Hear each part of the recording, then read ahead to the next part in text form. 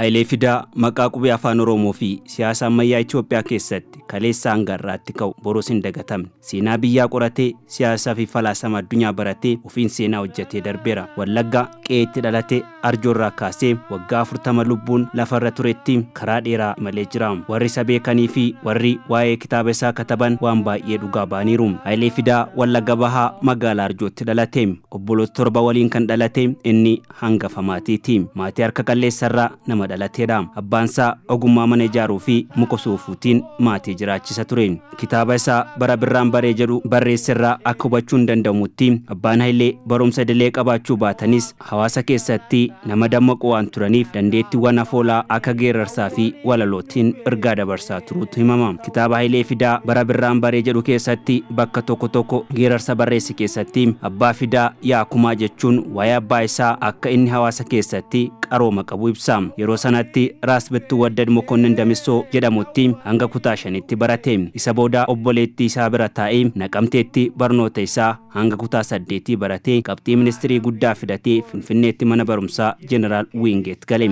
Mana barumsa Jeneraal Wingeet yeroo sana barattoonni akka biyyaatti qabxii gaarii qaban itti barataa turanitti kutaa 9 hamma 12tti qabxii olaanaa galmeessaa ture. Seenaan isaa akka agarsiisutti yeroo mana barumsa Jeneraal Wingeet baratutti kitaabota hedduu seenaa addunyaa fi falaasamaa dubbisuun uf ga'umsaa ture. Keessumaa seenaa warra hacuucamtootaa kan ilaallatu kitaabota hedduu qorateera. Kana hordofees mana barumsaa sana keessatti falmiin siyaasaa ammayyaa akka jiraatu gochaa ture. Falmii siyaasaa manneen barnootaa fi yeroo sanatti Qadaamawaa Haile Sillaasee irraa dhufan waliin gama warra hacuucamtootaa goruun falmii gaggeeffamu irratti hirmaataa tureera. Yeroo sanarraa kaasee siyaasni Itoophiyaa kan itti ijaarame fedhii saba muraasaa irratti ta'uu mul'isu eegale. Qormaata biyyaalessaa kutaa 12 qoramee tokko baa ta'urraa kan hafe hundi isaatu afide. Haileen jalqaba hojii barsiisummaatiin Harargee Dadaritti kan ramadame yoo ta'u achittis sirna hacuuccaan uummatarra jiru kan keessatti guddate Wallagga caalaa akka ta'e hubachuun qabsoo siyaasaa cimseetti dhufe.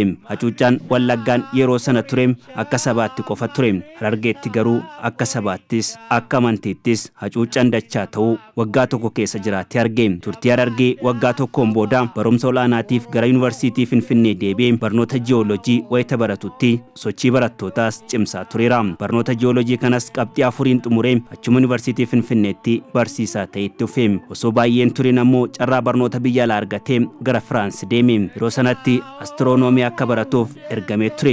Inni garuu Firaans gaafa deeme barnoota sooshoolojii fi sooshaal antiroopoolojii kan jedhamu barate. Kan kana godhe ammoo fedhii fi dandeettii siyaasaa qabu gabbifachuuf karoora qaburraayi. Barnoota falaasamaan ammoo PhD hojjeteera. Haileen yuunivarsiitii Finfinneetiin alatti yuunivarsiitiiwwan Firaans akkasuma Jarman Haamburgitti barsee jira. Haileen lammii Firaans kan taate haadha manaasaa Bernaandeet irraa ijoollee 2 horatee jira. Isaanis Saaraa Hailee fi Yoodit Hailee jedhamu. Haileen irra caalaa hojii siyaasaan kan beekamu ta'ullee hojii inni afaan Oromoo fi aartii Oromoo dagaagsuu keessatti gumaachee akka addaatti yaadatama. Keessumaa qubee afaan Oromoo har'a mallattoo dhalootaa ta'e kana beekumsaa fi qorannoo siyaasaa irratti hundaa'uun akka qophaa'u warra taasisan keessaa adda dureedha. Haileen barnoota jiyoolojii, sooshoolojii fi sooshaal antiroopoolojii akkasumas falaasama barateera. Haa ta'u malee beekumsaa inni afaanii fi saayinsii afaanii xiinqooqa irratti qabu bal'aa akka ta'e hayyoonni isa waliin hojjetan ragaa bahu. Dr. Hailee Fidaa yeroo Awurooppaa turetti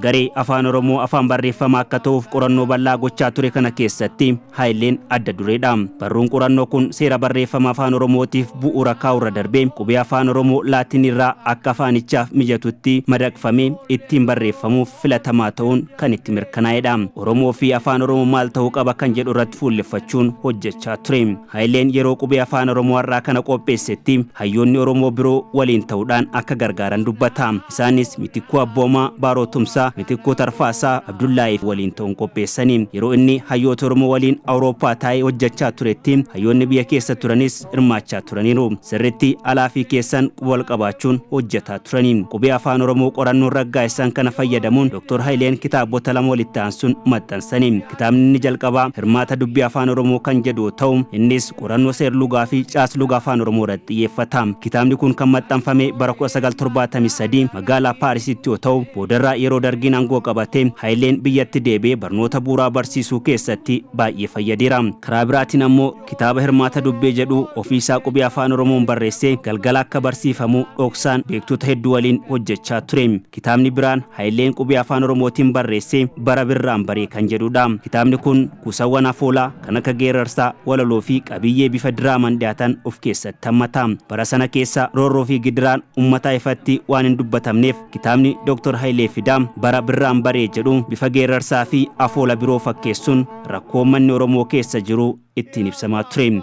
Akkuma hiika mata duree kitaaba kana dukkannii fi roobni, lolaa fi duumessi ganna keessa nama rakkisa, yeroo birraan bari'utti namaaf darba jechuudha. Ergaan keessa isaa ammoo sirni hacuuccaa jiru darbee oromoon gara fuula duraatti ifatti ba'a kan jedhuuf keessaa qaba. Kitaabni kun bifa diraamaa, geerarsaa fi afoolaan kan barreeffame yoo ta'u gidiraa fi roorroo garaagaraa kaasuun dhumarratti ifaa fi bilisummaa hima. Dr. Hailee Fidaa abbaa qubee afaan oromoo hamma jedhamutti hayyuu gahanidha. Barachuu, ijaaramuu fi hidhachuun falaasama siyaasaa Dr. Hailee Fidaati. Pirezidaantiin duraanii Itoophiyaa Koloneel Mangistuu Hayilamaariyaam waa'ee dandeettii siyaasaa Dr. Hailee Fidaa dhugaa bahan qabu. Hailee Fidaa kophaa biyya tokko uumee bulchuu fi humna kan qabu hayyuu guddicha jedhanii ture. Ani Hailee Fidaatiif kabaja guddaan qaba. Kun gaafii homaatu hin qabu. Nama tasgabbaa kan baay'ee dubbise maarkisistii jabaadha jedhanii ni ture.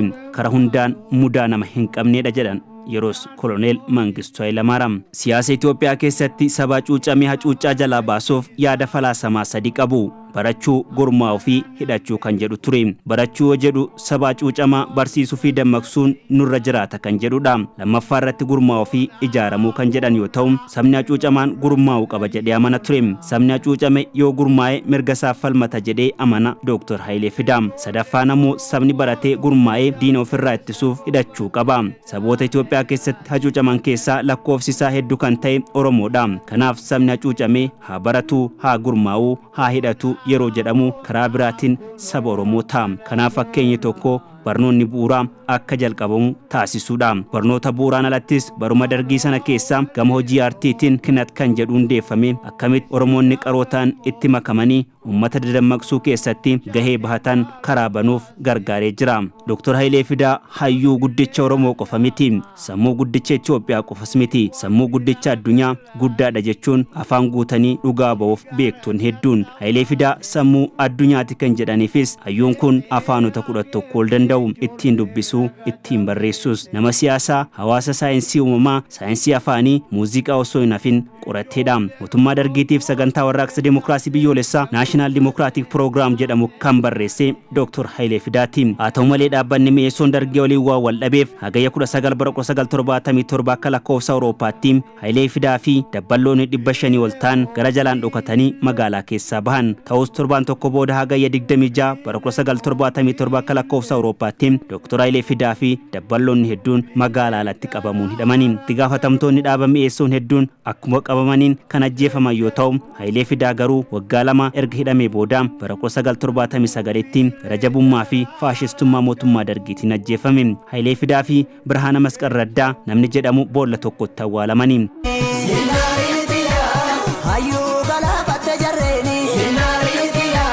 Hailee Fidaa nyaatte sareeni.